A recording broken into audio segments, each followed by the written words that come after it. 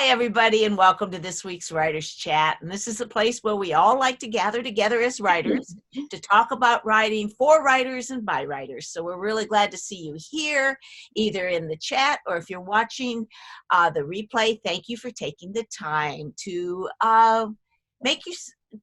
do some self-care as a writer, to take care of yourself with that. And welcome to our community. If you haven't been here, if you're just rejoining us for a while and stuff, this is a great community to be a part of. So we're glad to see everybody here today. My name's Jean Wise. I'm being one of your co-hosts. I am being joined by Johnny Alexander and Bethany Jett, and our behind the scenes gal Melissa. That I tell you, I don't know what we would do without her. And we need her. So if you ever meet Melissa in person, please hug her and tell her thank you. It's just great to have her. All the stuff she does. Now today we are going to feature one of our favorite books as writers. It's Robert Benson's book, Dancing on the Head of a Pen. Oh God, I'm here. Oh, look at that.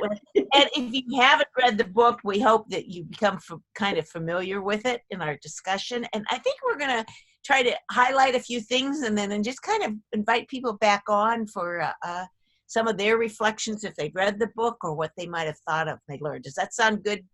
Sounds good. Sound good in that way? All right. Well, real quick on Robert Benson, we all met him and got to hear him at person at Florida Christian Writers Conference, and I was going to look up the date, and I didn't. You know, Johnny, you're really good at dates. Oh, yeah, it was 2016, actually. Yeah, she was good at dates. Yeah. 2016, and he was like the keynote. He probably spoke, 4 times maybe? Yeah, probably. 5 times, a lot of which was in this book. Mm-hmm. And we got him to autograph the book. I don't know if you guys have these autographs. Yeah, I've got an autograph. Huh? Yeah. Yeah. Right there's autograph. I have the Yeah. But it was just, there are things, I don't know how you guys, we talk about the importance of writers conferences, and you go to these, and often, I just keep gathering more and more info, which I think makes you grow as a writer. But I can tell you specific things he said. It isn't just blended together in my background as a writer.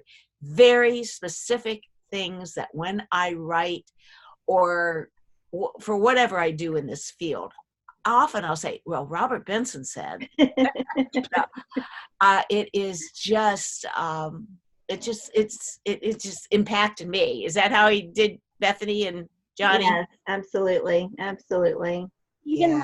Even in life. I mean, even apart from writing, I quote him when I speak at like women's conferences and events. He said, being listened to often feels like being loved.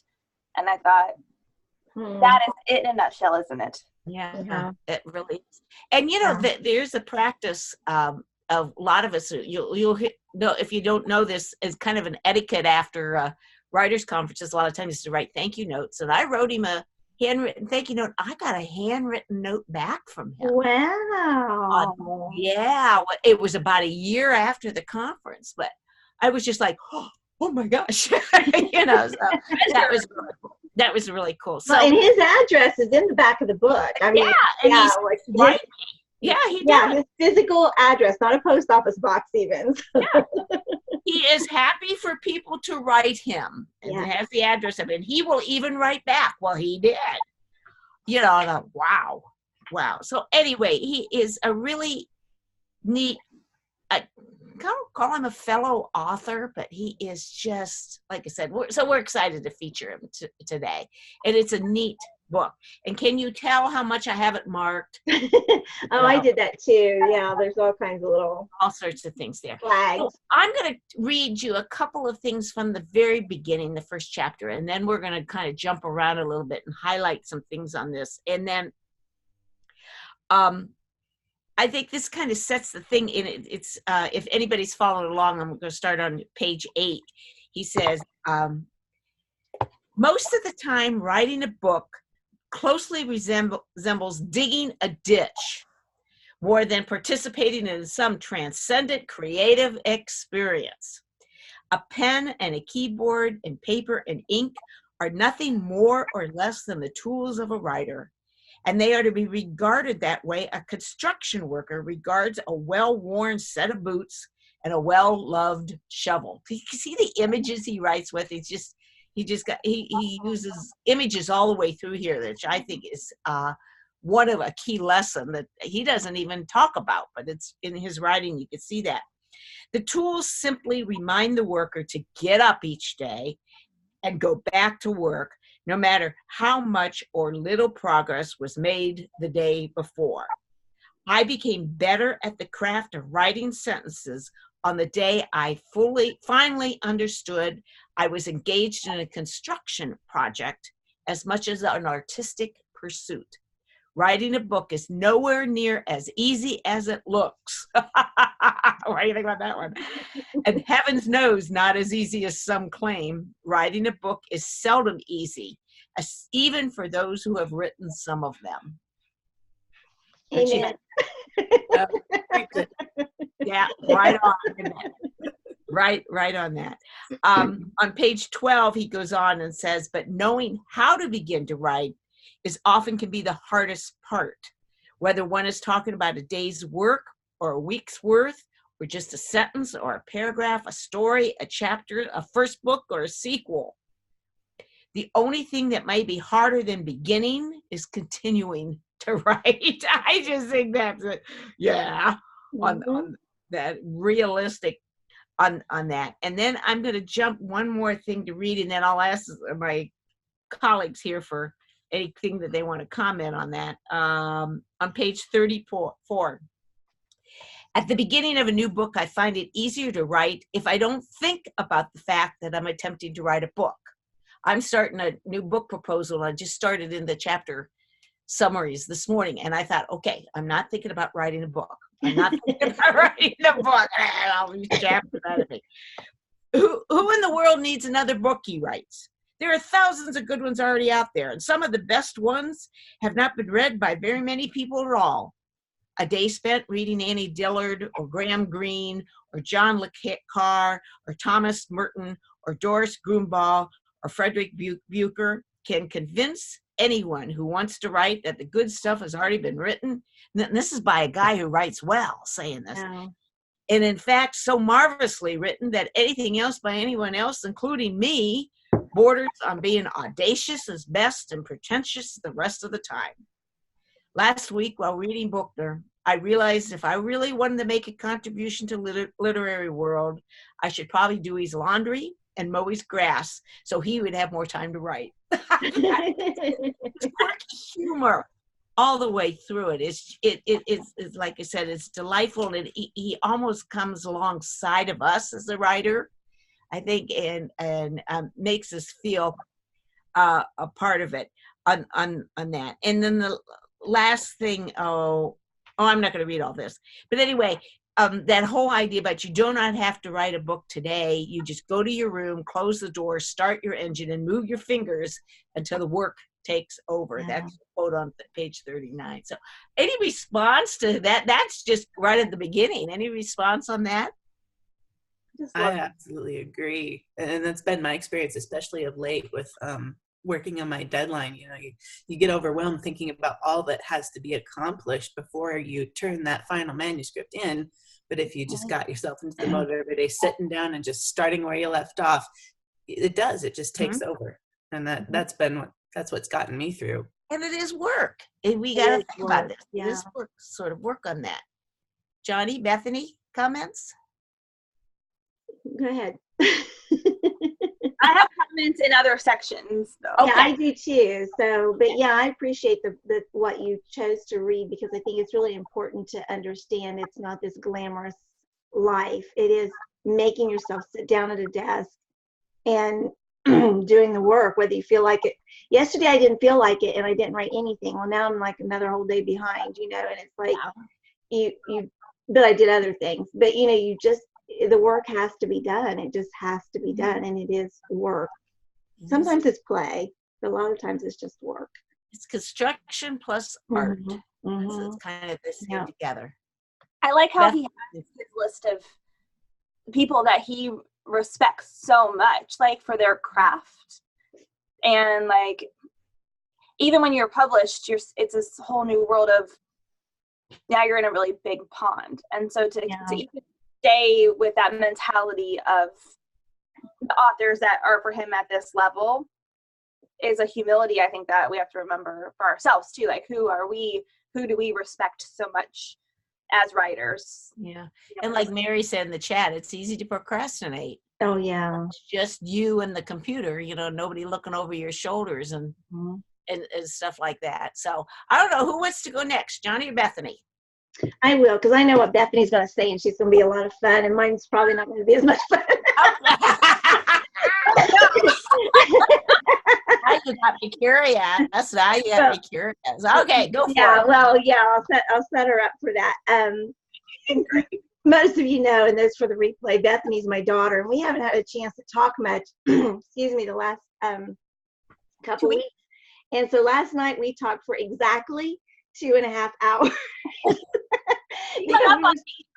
What? You hung up on me when it hit 2 hours and 30 minutes. Well, I told you I was going to, because it was getting down. I said, no, we need to talk, so it's at least 2.5 hours. We were like at 2:28, 29, and when it hit 2:30, I went boom. And so no wonder you didn't get any writing done yesterday. Oh my gosh. Well, this was late last night. Bethany's fault. It was really, no, this was late last night. But anyway, I'm going to talk about page 101 is where I'm at. This is something that I remember. I had read the book before we went to the Florida Christian Writers Conference. It was so interesting because Jeannie had actually recommended the book to me, and I read it, and then we found out he was going to be the keynote speaker at the conference. And we were excited. So yeah, we were really excited. So I had read it, and I don't know at that point that I had really picked up on what I'm sharing with you today.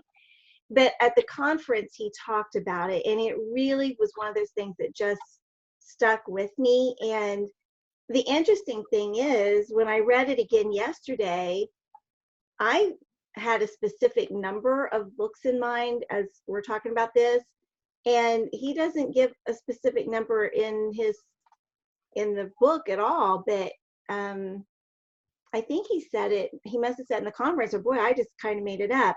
But he's talking about, having the bookshelves that his grandfather had made for his grandmother, and then he keeps a small lamp on the bookshelf, and on the top shelf are these books, and a lot of them are by the authors that Jeannie mentioned that read earlier.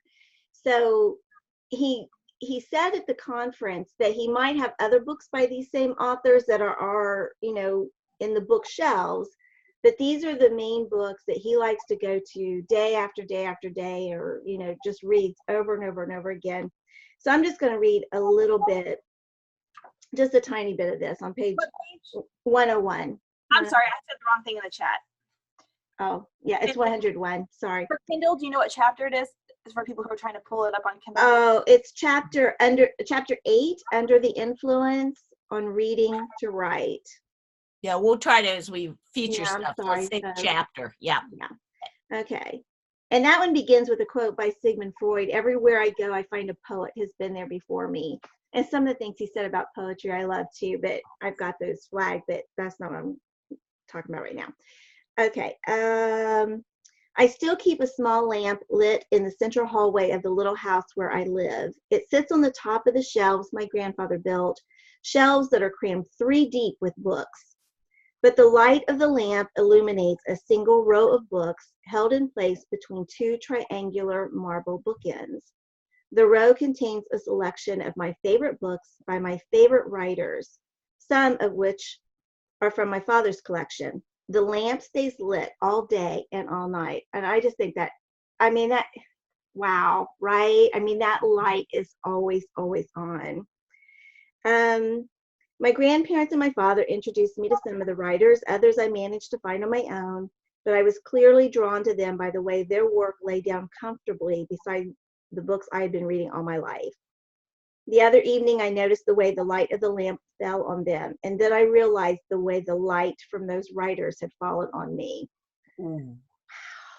So anyway, I think what I remember him saying at that conference, which apparently he probably did not say, was 6, that there should be 6 books that that you have. And ever since then, I have had a basket, and in that basket, sometimes it's more than 6, but I try to put these books that mean a lot to me, and then I read over and over and over again.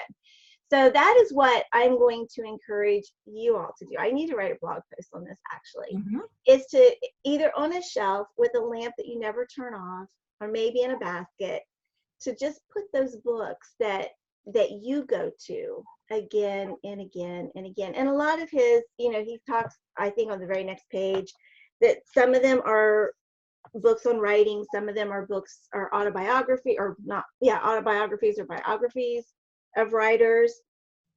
Some of them are novels.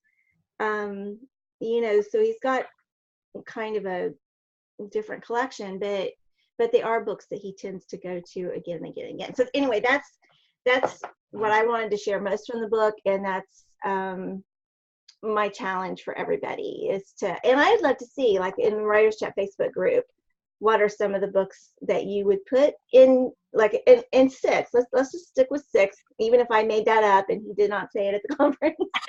And It'd be hard to narrow down, but that makes you focus. It does make you focus, because then you have to think. And I'll tell you, a couple of mine would be The Silmarillion, which is actually my favorite J.R.R. Tolkien book, because I absolutely love the creation scene at the beginning where he's talking about how the whole world was created, and I think it's beautiful.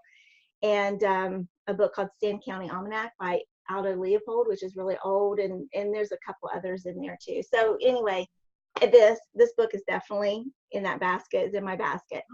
So that's what I have to say.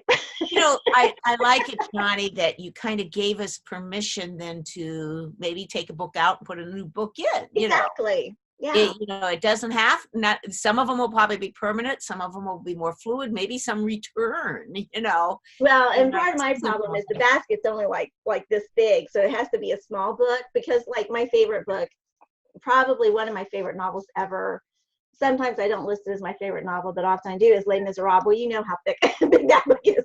It doesn't fit in that basket, so it's not in there. Stick your Kindle in there, see? Yeah, then you got them all. That's great. Yeah, I want to see your guys' book. So it'd be fun if you have copies of them too. Take pictures with that would be cute too. So let's do that. The name of that chapter, Under the Influence, is really that shows his word use, I think. Yes. He's great with words. Yeah, he's very good at words, and it shows us the importance of picking the strong verbs and nouns and stuff. And there's images, like you said, the poet. There's poetry in his writing. Because we can learn from him as the writer, not just his thoughts, but how he's written this, I think. Yeah, I agree. Okay, Bethany, drum roll. What's going on? I can't remember which chapter you took.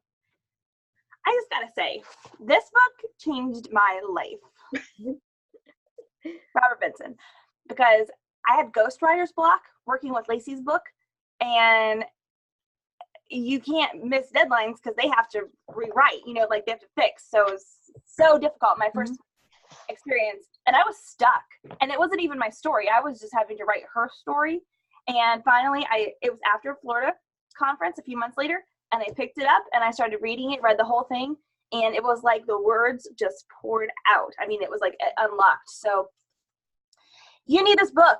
This book and Stephen King on writing. They are the 2 writing books that are they're on my top shelf. So, Okay. I have to go off screen for a second so you guys can look up the chapter, which is chapter 7, Hat Tricks. Oh, I love it. Yeah, Bethany's talked about hats before, Robert Benson's hat, so that's why we gave her the hat chapter. And it's one of my favorite sections in this whole book. Which chapter number is it? 7. Chapter 7. Do we have a page number? A page? It's 87. So okay. I'm going a little off script here. Okay. You all right? Okay. All right.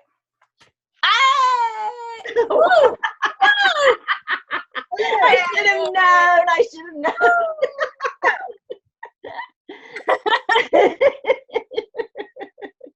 Everybody grab that screenshot. Okay. All right. Robert Benson wears a black beret when he is the artist. I choose the Hollywood, more old Hollywood style thing. I think the idea here is that when you're writing, you feel like a writer, or you feel like a celebrity, or however it is that you're trying to feel when you're writing. So this would be my choice, because a beret would smash my hair. I love it. Choose your hat. But his beret, so he has 3 hats that he wears in his writing modes daily. And the first one for him is that black beret. And that is when he is writing that first draft.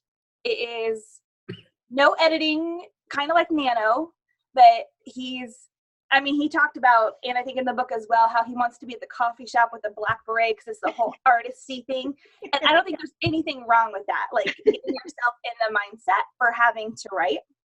So I choose this. I would like to know in the chat what everyone else would choose for theirs, and I'm going to get the second one. I love it. Johnny, do you have hats, or Melissa? I'm trying to think what hat I would wear. I don't have a lot of hats, but it makes you, like Leslie said, it makes you want to go get a hat. It does make you want to get a hat. I used to have quite a lot of hats, and I wore them, like the little felt hats, and when I was younger and cuter. I've got some hats, but I'd have to go look. Oh, here she goes. Sparkles! Second hat. Okay, so he calls this the gamer, and he said it's the hat you wear for baseball season from the beginning of the season to the end. You wear it every single game. So he calls it the gamer. It's not just a baseball cap. But this is the hat he wears when he is going into like editing mode, and the artist is gone and not allowed to come back. And now it's taking that mess and creating actual great sentences from it. So when he's in his gamer mode, that's what he's doing. It's very intentional writing. What I would say to add to Robert Benson's genius is I think you need to do that like this. Okay. Oh no, not the artist hat. Nope, I'll have to do it in a second. Be right back. Up, she's off. He did make some comment when he was talking about editing, and I don't know if that's in this chapter, or again, if I'm like you, Johnny, did he say it during the conference? But he actually will run off his first draft or second draft, make copies of them and hang them up on the wall. I think he does talk about that in here. Vertically. Yeah. I like working with a hard copy when I'm into that, especially that first and second pass. But I work up my desk, but to see him put them up in front of you with a pen really would give you a different change in perspective that I think would add. Yeah, that would be standing and moving, gets the blood circulating, all those good words and images would come out. There she goes. All right. Fedora. So he says that you have to have he calls it Fedora Man, every day marketing for a couple of hours. So say that. I think that's super important. However, I feel like when you're in research writing mode, the hats really should be like this.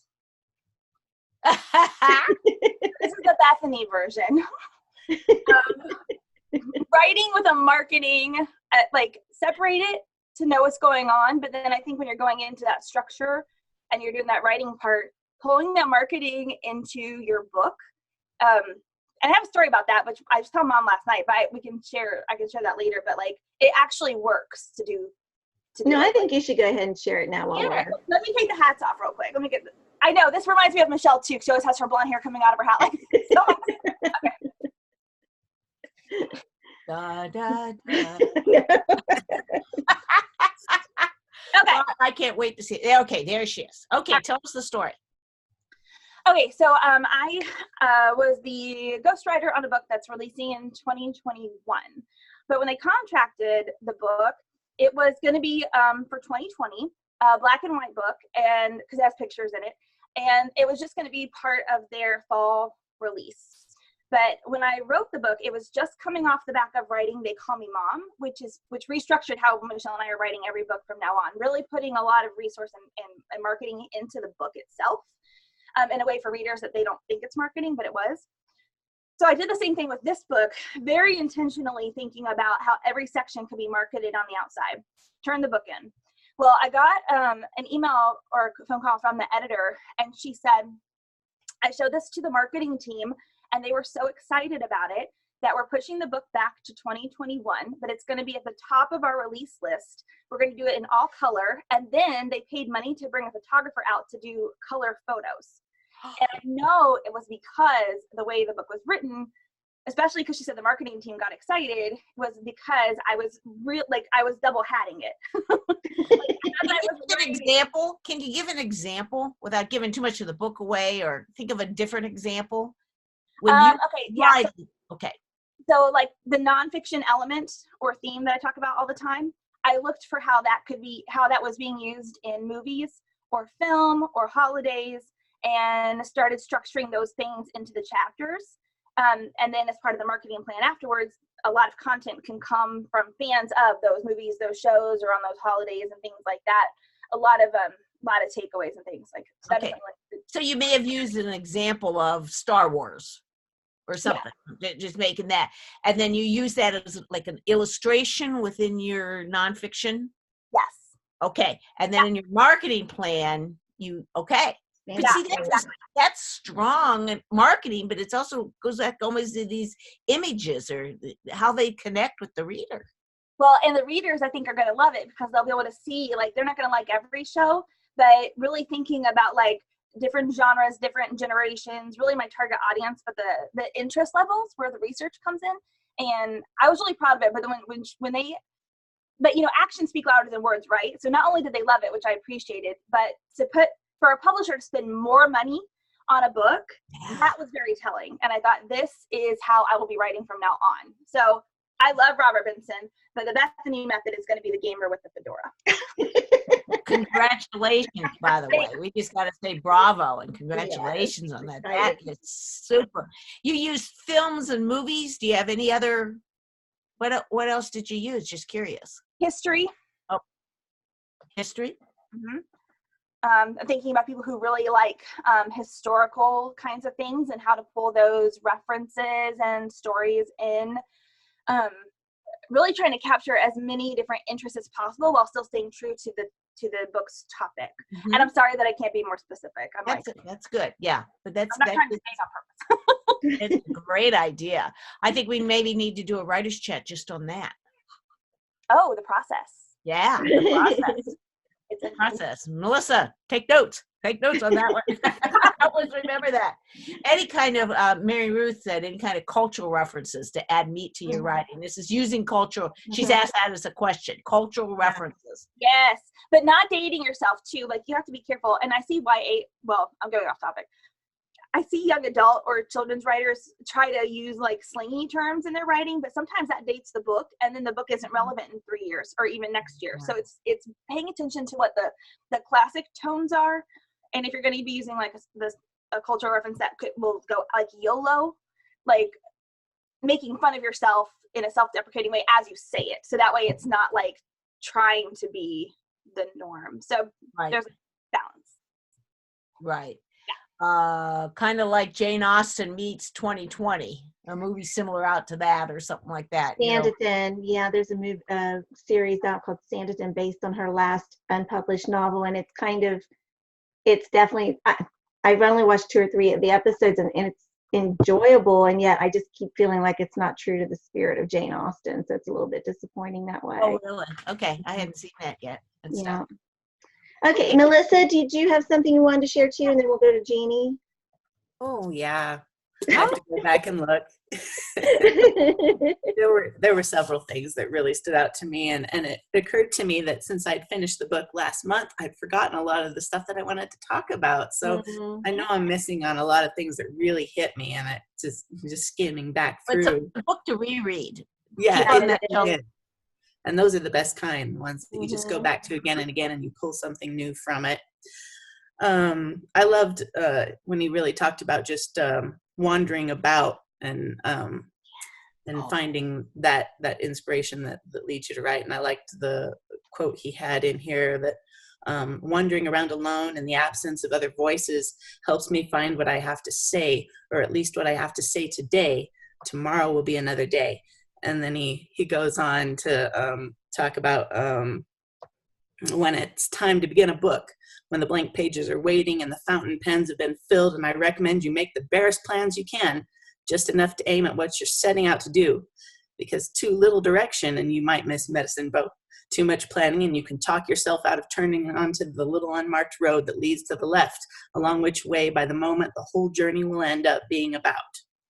Wow. And that really stuck out to me, because I realized that spoke to the depths of how I work as a writer, that I kind of have to get lost in the world. I have to give myself the freedom to wander around and to really absorb everything in the moment, and then it all just kind of comes out. It flows out from that.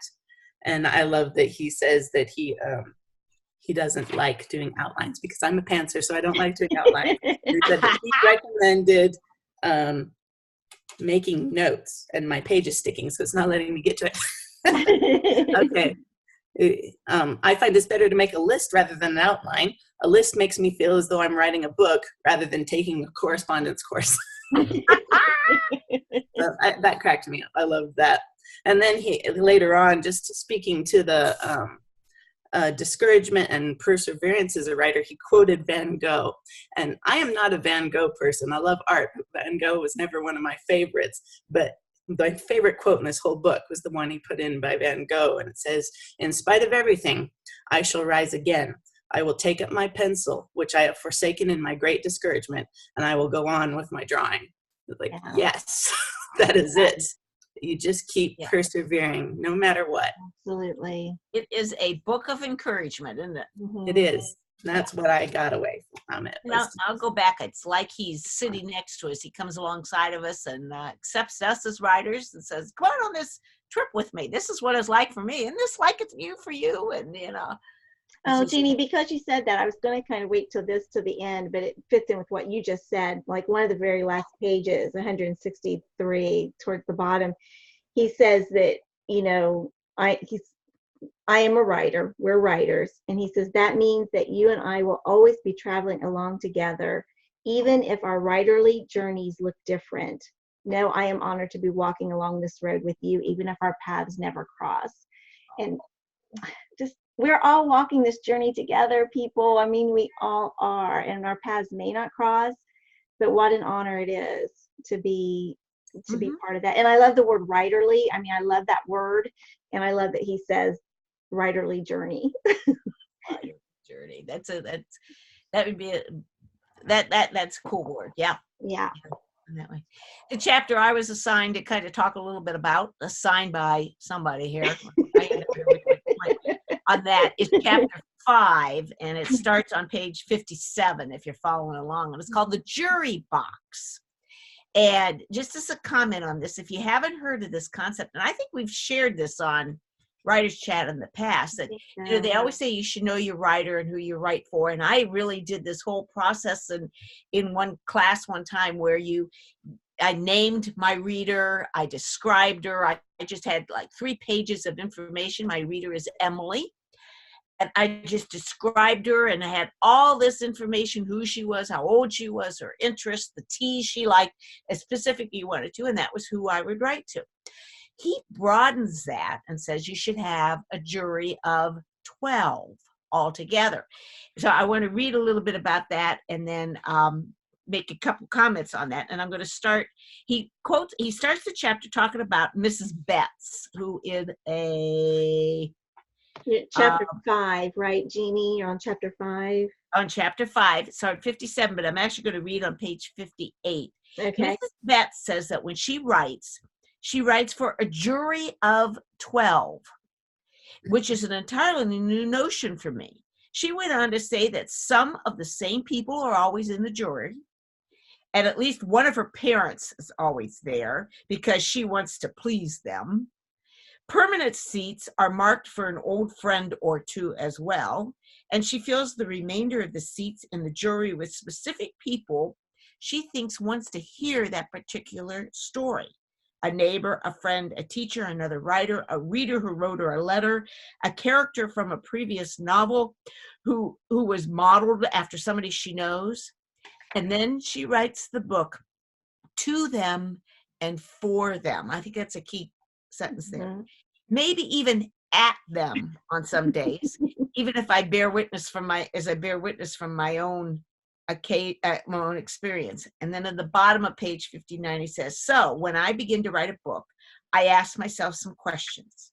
Who do I think might read the writing I'm about to do? Who do I expect to be interested in the stories I am trying to tell? And who do I hope will discover and enjoy and be moved by them?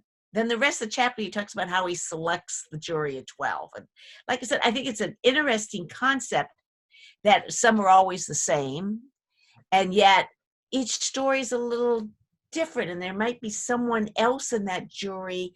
You know, I think about Bethany writing the story of that you ghost wrote for with what's the name of that one again? Your book With Lacey? Yeah, Lacey. Through the Eyes of Hope. Through the Eyes of Hope. You know, that it has a broader audience, but it has a very specific audience. So somebody within that would not maybe be in another book. Mhm. Right. For another jury on that. So I know this book proposal I'm working on right now, I've got 4 people I'm sitting right there. And this kind of inspired. I might end up only with a pettit jury on that. But the other comment that I really wanted to make, and this is leaning a little bit next week's topic, we're going to talk about the Enneagram, the personalities on that. And there's 2 ways to think about it. And I'll talk about that next week. But I started thinking, wouldn't it be cool? There's 9 different, I better hold my fingers up, 9 personalities in the Enneagram, which isn't that a pettit jury? Is it pettit jury 9? 8? I don't know for sure. Has to be an odd number. I bet it's 9. Maybe it's 7. But anyway, to have somebody representing each of the different personalities. So That's when you market, Bethany, Yeah. you are marketing to the person that leans this way, and then the next or the illustrations or the stories, and you can see how it would appeal to different people. I just That's cool, Jeannie. That was a nice connection. So you can hear that same illustration next week. I'll talk about it a little bit more. But think about that when you wearing both hats, Bethany. Exactly. Yeah, you're not marketing just to one little narrow place. You're marketing to a lot of people on that. That's yeah. right. Dory says it reminds her of the TV show Bull. I bet we could look at that and get aspects of it. I love that show. Yeah, on that. But we can learn aspects of how they study the jury. They know the jury. They know their needs, their wants, and that is, I think it would just really bring our stuff awake. And it seems like there was something else I wanted to read in that chapter, and then we'll see if anybody else has any page 64, it's kind of his conclusion. He says, writing is hard enough.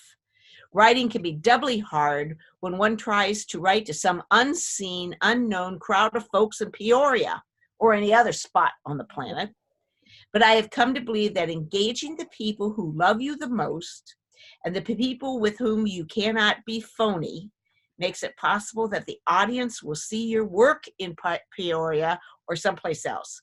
Please the jury, and there's a chance your work will be seen by others. I just think it's again a neat visual that I don't know if you could market that, because that'll appeal to, well, it would appeal to Bull fans, wouldn't it? Yeah, Michael Weatherly fans, you know. Yeah. Yeah, it would. So there's probably ways to write. How would you write marketing into one of these chapters, Bethany? With him, with this book? Yeah. Just if I was going to do like a marketing campaign for the book? Yeah.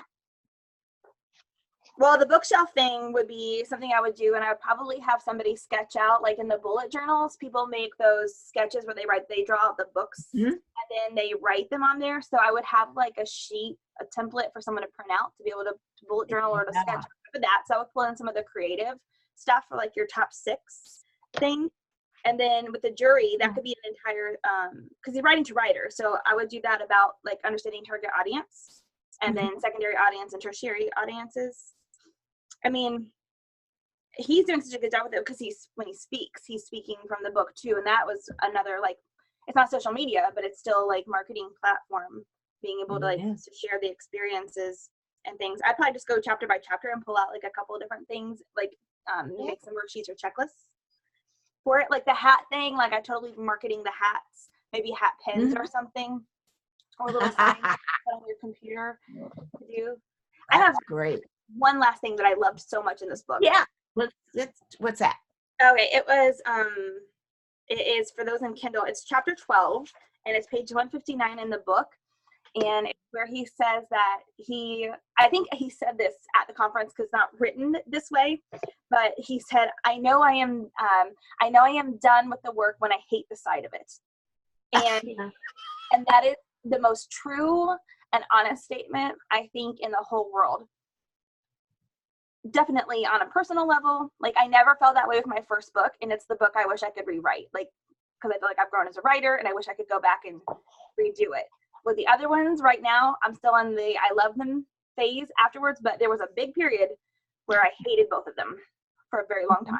And I knew we were getting done because Michelle would feel the same way since we co-wrote those. And I would reference this part. I said, this is how we know we're almost done because we hate the sight of this book. I don't want to touch it. I don't want to do it anymore. It's done. You know, you have those days, and that is the end. Yeah. And when it's done, it's done, right? Yeah. Oh, that way. That is cool. Okay. Do we want to invite people back? Yes, everybody come on. And check in and on that. We'd love to get your reaction or something that stood out to you or comments that you want to share or an inspiration from today, from our discussion. Well, Josh mentioned that he's doing Enneagram on his podcast. Are you? I missed that. I missed that too. Yeah, the series is actually on what our motivation is when we're helping other people. Is it codependency or compassion? Mm-hmm. And what is our secret need that we're trying to fulfill?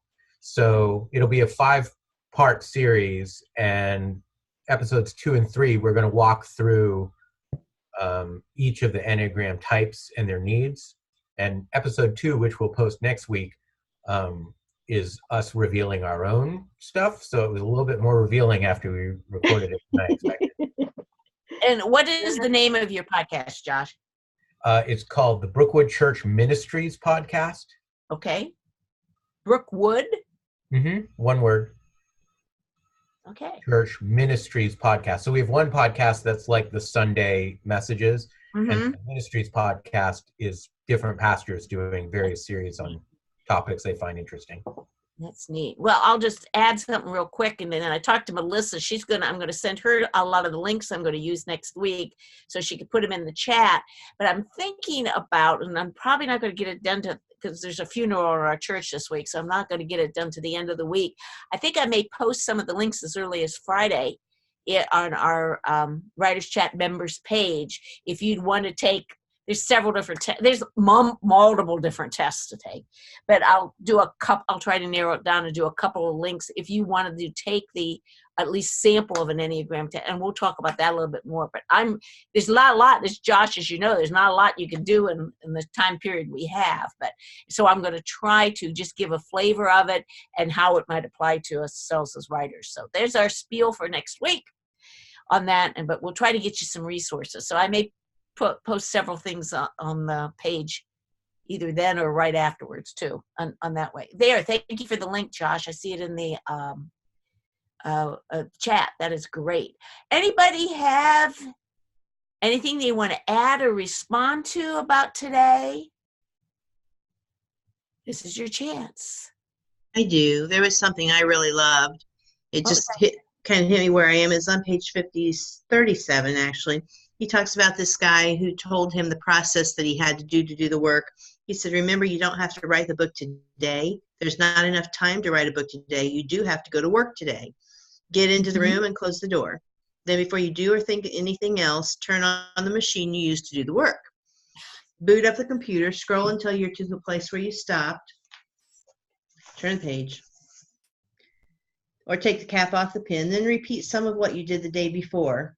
And I just thought that is so simple. Routines drive my life so many times. When I get lost in life, I can fall back on a routine. And that's a routine that you can count on to be the same every time. I love that.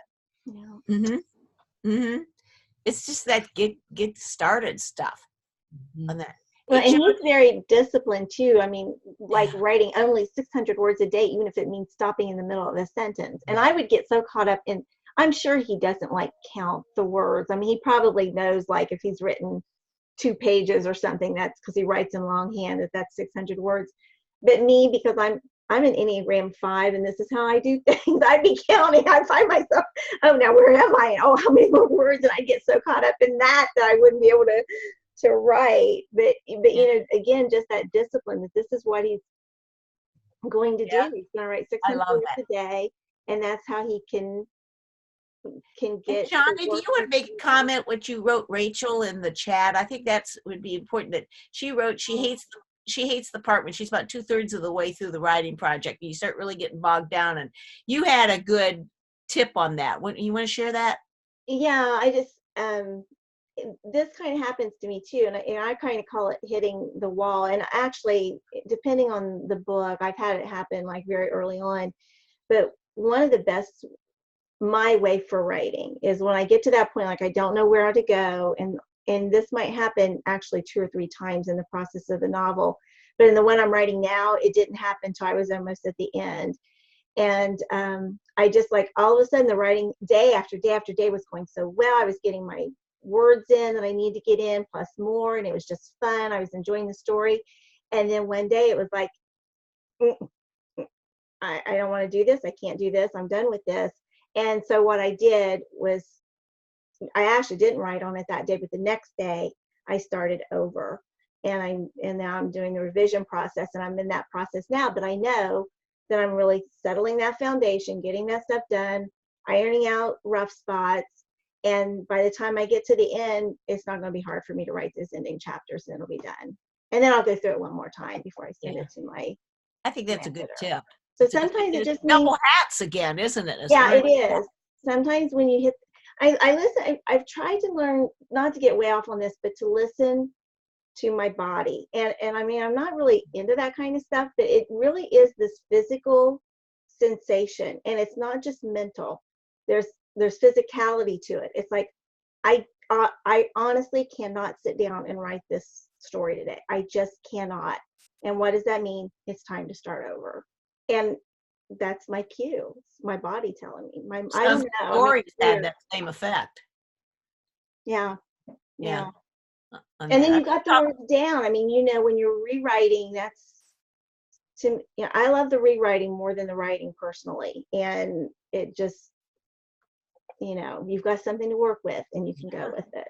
That first draft is hard. Mm-hmm. Yeah, and like you said, just as a different book comment on that, I had read this before from the library and I just borrowed it again. It's called How Artists Work, Daily Rituals. And it's interesting. It is like 1 to 2 paragraphs of all sorts of artists. Oh, wow. Like what their daily ritual was. And I re-glanced at this last night because I got to get it back to the library. And it's got names I know and a lot of names I don't know. Some of you that are more into art probably would recognize some of these. And some of these authors I had never heard of. But anyway, I bet he's got, I don't know how many. I bet 100 plus artists in here.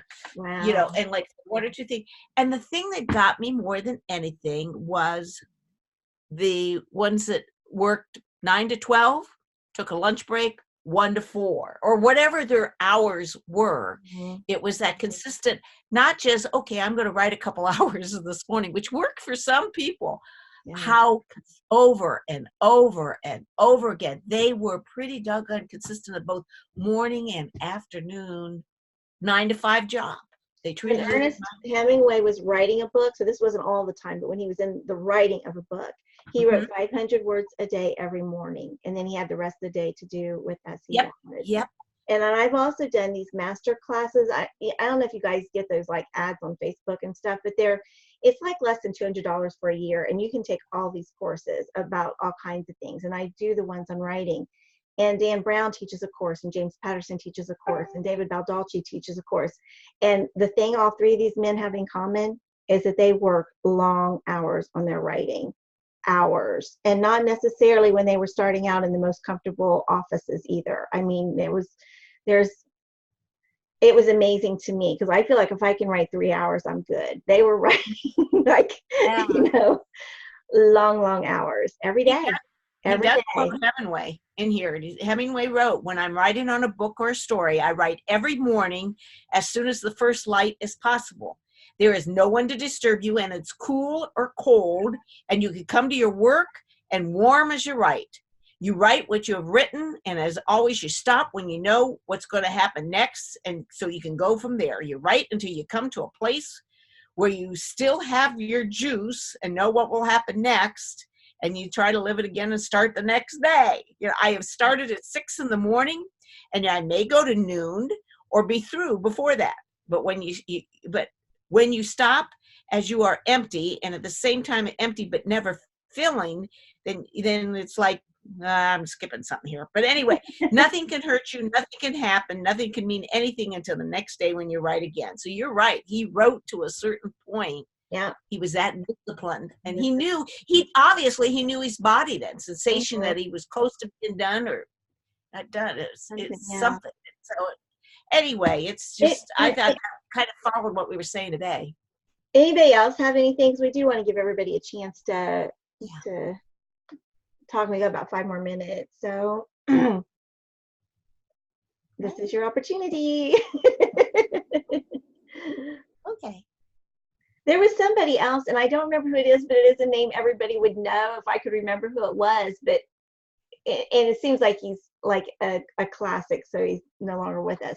But looking out his window and it was raining, and he didn't feel like working that day, writing. I think he was a poet, writing, and just didn't want to. But he looks out his window and he sees this guy walking in the rain, and I think it was like a ditch digger, and he was like,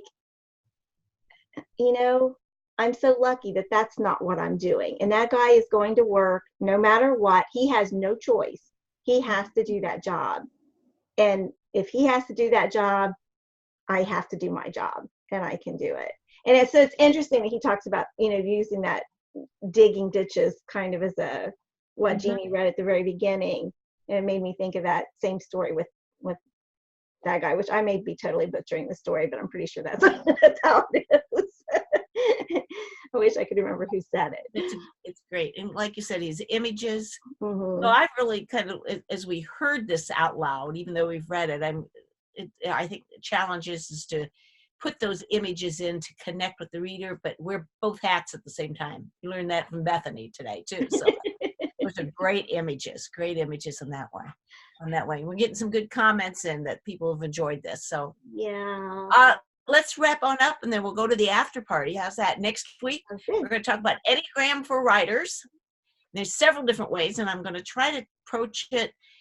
There's a lot on the internet about how writers can use Enneagrams for character descriptions, but I'm going to approach it as how you as the writer, what insight you get for your site. So, because that you can't find as much on the internet. It's not developed yet, so hopefully it gets developed this week and all that way. And I just thank you guys for being with us. Again, our book is called Dancing on the Head of a Pen. It's Robert Benson. And you can hear our enthusiasm for this book. And it's a top shelf book. Right? Is that what we called it? Or a basket book? Basket book. It's a basket book. On that way. And we'll thank you for everybody for sharing and being part of it. Stay for the after party if you can, and we'll see you all next week. Bye. Thank you for joining us today.